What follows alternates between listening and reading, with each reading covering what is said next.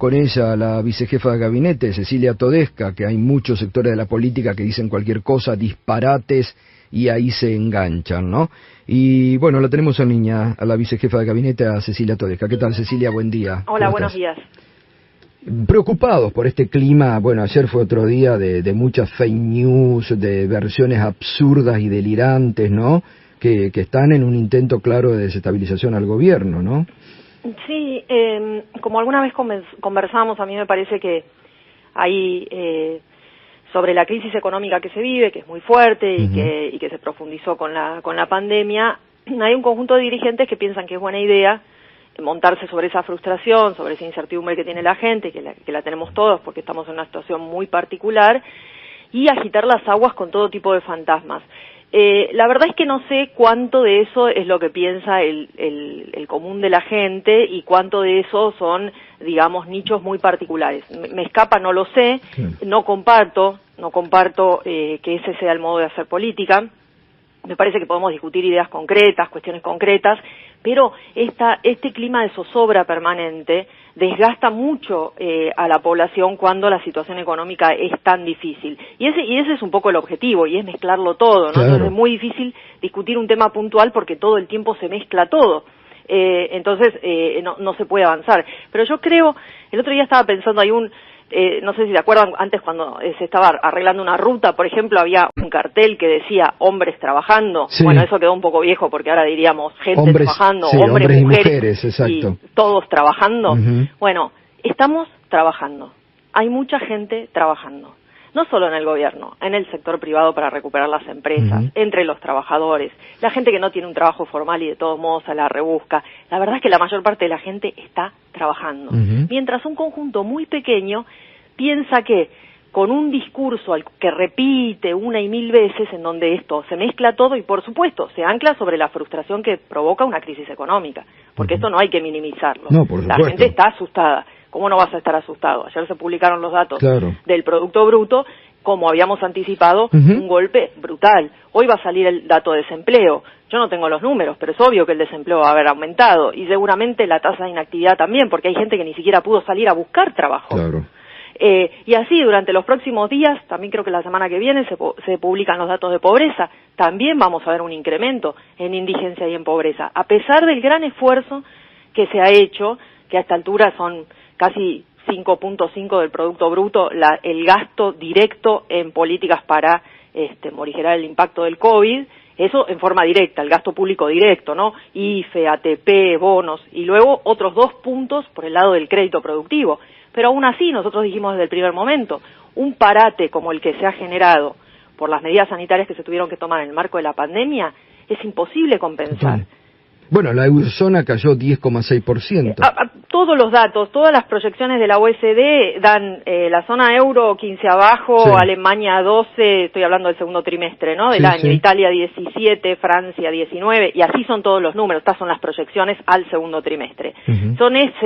Serán un poco menor, igual, está todo el mundo cayendo, eso está claro. Por supuesto, siempre el desafío está en la recuperación. Porque que este año vamos a caer y casi todas las economías del mundo van a caer, sí, eso ya se sabe, no importa cuánto sea el número, si es 12, si es 13, si es 11, es un montón. La cuestión es la recuperación, y en ese sentido a mí me parece, por eso yo digo, gente trabajando. Ayer se presentó el presupuesto, el ministro fue al Congreso, me parece que fue una sesión muy interesante, yo estuve escuchando todo el tiempo, tomé notas. La verdad que el ministro se tomó el trabajo de barrer todo el presupuesto y contestar todas las preguntas como bien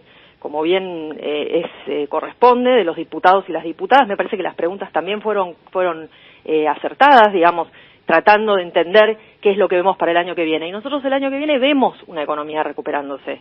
Y ese me parece que es el horizonte. De hecho, hay una recuperación ya en los números del tercer trimestre, pero por supuesto todavía con mucha heterogeneidad, porque tenemos algunos sectores que todavía no están pudiendo funcionar, ¿no? Cecilia, buenos días. David Cufré te saluda. Hola, buenos días. Bueno, y quería pedirte alguna opinión de lo que pasó ayer en el mercado cambiario, lo que viene pasando en el mercado cambiario. Uno ve también un intento de desestabilización, si se quiere, ahí con el dólar, pero bueno, después de las medidas del Banco Central, una semana después, lo que seguimos viendo es que la tensión se mantiene, la liquidación de exportaciones es muy baja, la demanda crece, o sea, hay una tensión fuerte y quería ver cómo lo ves vos. Sí, como alguna vez hemos conversado, los temas del mercado de cambio en Argentina son de orden estructural. Las medidas que nosotros tomamos tienen que ver con proteger las reservas. Eso hay que hacerlo antes de que sea demasiado tarde, digamos. Entonces no es que nosotros ahora estamos en una situación en la cual no podemos aguantar el goteo mensual. Ahora se puede aguantar. El tema es tomar las decisiones antes de que llegues a un momento en el cual finalmente lo que incluso algunos sectores abiertamente piden, que es una devaluación, que nosotros creemos que no es la solución en este momento, ¿sí? Porque una devaluación sería profundizar la contracción del PIB, hacer caer una vez más los salarios reales. Eso obviamente afecta el consumo del PIB, es una rueda que va al revés del sentido que le tenemos que buscar, ¿no? Que es la del crecimiento. Dicho esto, todos saben que en la Argentina tenemos este faltante de dólares, que en realidad es bastante peculiar la situación en la que estamos, porque hoy nos sobran los dólares del comercio. Es decir, si uno toma todo lo que la Argentina exporta y le resta todo lo que importa, hoy tenemos un saldo positivo de cuenta corriente, se llama, balanza comercial y cuenta corriente. No importa los nombres, es todo lo que uno le vende al mundo menos todo lo que uno le compra al mundo. En realidad eso es positivo. Pero nosotros tenemos este otro canal, que es el canal financiero, que lo hemos conversado muchas veces, que tiene que ver con que hace mucho tiempo en la Argentina los argentinos y las argentinas ahorramos en dólares. Entonces eso es una demanda permanente sobre el mercado de cambios que es muy difícil de abastecer, ¿sí? Y además se han quedado adentro de la Argentina un conjunto de fondos que habían entrado durante el gobierno anterior para hacer la ganancia de la tasa de interés, ¿sí? Son fondos especulativos, entran de dólares, pasan a pesos, ganan la tasa en pesos y salen otra vez a través de los dólares.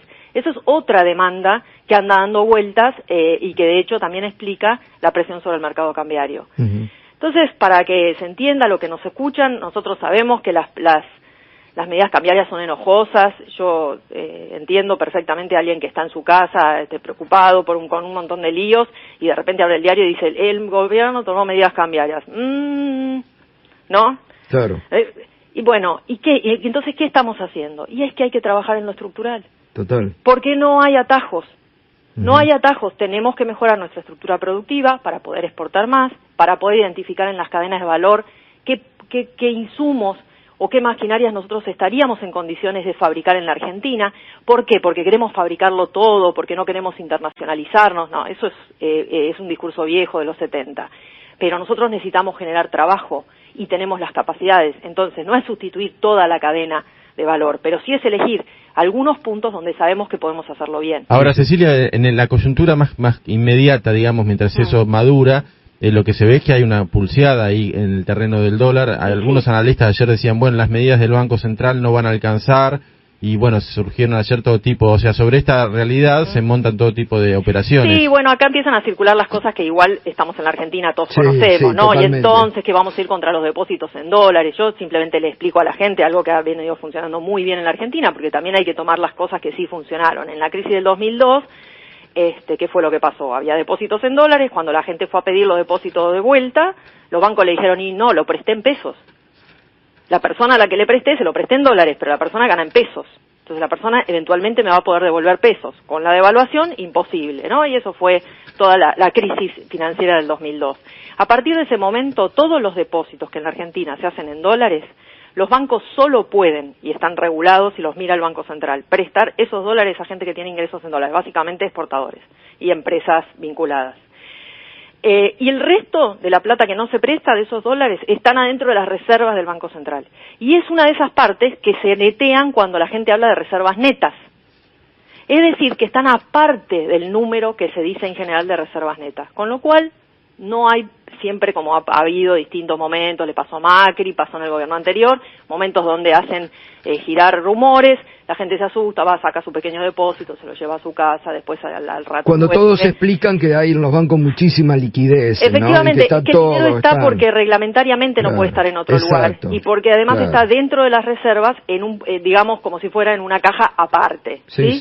Eso para explicar. O sea, el que lo quiere ir a buscar en momento de tensión, va, lo busca y después cuando como se le pasa... cuando se le pasa el miedo, lo vuelve a poner. Efectivamente, como ha pasado a lo largo de los últimos 10 años varias Totalmente. veces, ¿sí? Yo lo único ahí digo, los que hacen correr estos rumores, también ponen a la gente en riesgo, porque vos vas al banco, sacas la plata, te la tenés encima, bueno, caminás por de la hecho calle. han ocurrido, conozco casos muy cercanos de que les ha pasado eso y después aprovechan para los robos, ¿no? Efectivamente, ese es un tema que, como todo, nada es gratis, cada una de las cosas que se dicen, ayer creo que el ministro de Economía lo dijo muy bien, es decir, este clima de zozobra que tiene una base real, que es de la crisis económica y de una pandemia que nos llena de incertidumbres, sobre eso uno puede decir cualquier cosa. Ahora, lo que no podemos evitar son los costos de las cosas que decimos, ¿no? Total. Eso, cada uno será responsable de las cosas que dice. Yo creo que el gobierno ha hecho un esfuerzo por mantener un tono equilibrado. Ayer la exposición del ministro Guzmán ha sido impecable, ha estado 3 horas sentado en la comisión dando todo tipo de respuestas con todos los números. Después, por supuesto, se abre el debate y se debatirá el presupuesto varias semanas. Pero quiere decir, eso es lo que hay que hacer. Total. Y tampoco nosotros esperamos que la oposición nos aplauda ni nos diga, ay, qué lindo. Hablé como en cualquier país normal del mundo, digo. ¿Y cuáles son las bases?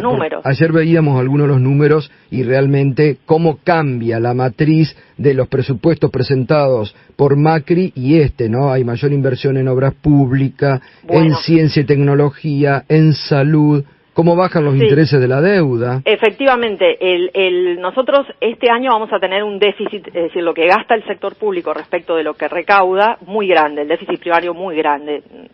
No está el número final porque falta todo un trimestre y veremos cómo es, pero bueno, en torno al 7-8% del PIB. El año que viene va a ser la mitad, menos 4,5. El gran desafío de armar este presupuesto era que el año que viene vamos a gastar, vamos a poder tener un déficit menor, porque no tenemos sino cómo financiarlo, pero la cuestión es la composición de ese déficit, es decir, cómo se gasta la plata. Y ahí se hizo un esfuerzo muy interesante, que el ministro ayer también lo dijo, con todos los miembros del gabinete, y hay algunos números que son muy importantes. Por ejemplo, el Ministerio de Desarrollo Productivo aumenta en términos interanuales su presupuesto, que es el que tiene el FOGAR, el FONDEP, que para los que nos escuchan es todo el subsidio de garantías y subsidio de tasa para crédito productivo, en un 40%. Si uno en realidad le saca lo que gastó ese ministerio en el COVID, el aumento es del 500%. El Ministerio de Transporte, 77% arriba. El Ministerio de Obra Pública, 85%.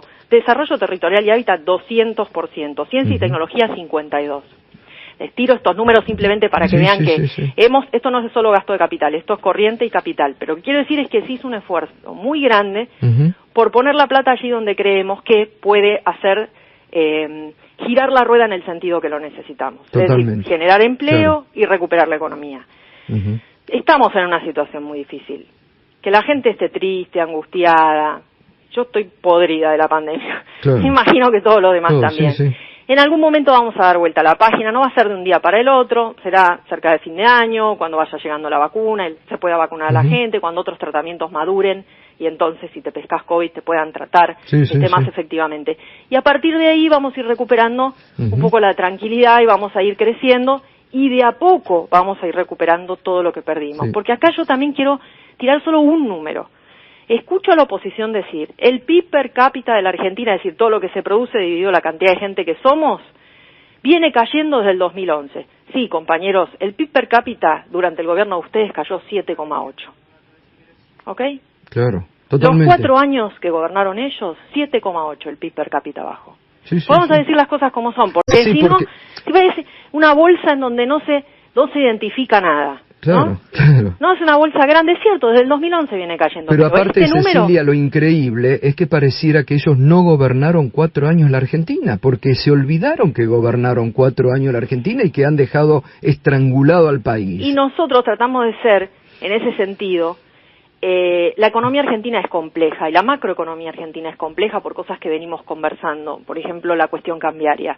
No hay soluciones mágicas, tampoco hay soluciones mágicas para la inflación. Se habla esto del desdoblamiento del dólar, eso, digamos, forma parte del mismo clima de generar tensión. No, eso yo ya también en algún medio lo expliqué.